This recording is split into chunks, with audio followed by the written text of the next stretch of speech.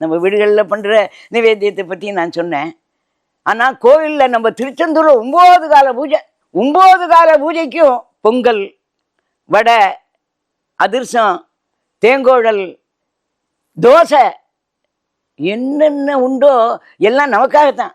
நிவேத்தியம் பண்ணிட்டு அவரா எல்லாம் நமக்காக விதவிதமா அந்த 9 கால பூஜைக்கும் விதவிதமா முறுக்கு, தேங்கோழல், என்னதான் இல்லை திருச்செந்தூர்ல 9 கால பூஜைக்கும் ஒவ்வொரு நிவேத்தியம் எல்லாத்தையும் நமக்காகத்தான். நிவேத்தியம் பண்ணிட்டு எல்லாருக்கும் கொடுப்பா. அதுதானே நமக்காகத்தானே. இந்த அதாவது ஒரே நிவேத்தியத்தை சாப்பிடாதீங்க, எல்லாத்தையும் சாப்பிடுங்கன்னு முருகப்பெருமான் அப்பேற்பட்ட முருகனப்பா எத்தனை தான் சொன்னாலும் எவ்வளவுதான் சொல்றது அவனை பத்தி.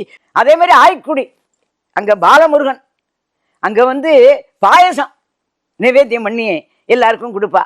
அந்த பாயசமே படியில் ஒவ்வொரு படியாக வச்சு வச்சு குழந்தைகளுக்கு கொடுத்து அப்படி பண்ணுற வழக்கம். அந்த ஆய்க்குடிக்கு போய் அந்த பாயசத்தை சாப்பிட்டா குழந்தை பேர் இல்லாதவாளுக்கு நிச்சயமாக கிடைக்குங்கிற ஒரு நம்பிக்கை, அது சத்தியம். நம்ம இப்போ தேன் பார்த்தோம், தேன் திணை மாவு பார்த்தோம், பாயசம் பார்த்தோம், பஞ்சாமிர்தத்தை பார்க்கல. பழனினாலே பஞ்சாமிர்தம் தானே. பழனின்னு சொன்னாலே பஞ்சாமிர்தம், பஞ்சாமிர்தம்னா பழனி. அவருக்கு நிவேத்தியம் எப்போதுமே அபிஷேகம் பண்ணி, பஞ்சாமிர்த அபிஷேகம் பண்ணி.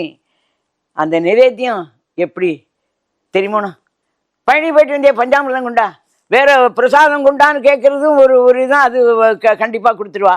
உடனே பழனி போயிட்டு இருந்தீங்களே பஞ்சாமிர்தம் கொடு. ஏன்னா அந்த பஞ்சாமிர்த பிரசாதத்துக்கு அவ்வளோ விசேஷம். ஒவ்வொரு ஊர்லேயும் ஒவ்வொரு நிவேத்தியம்.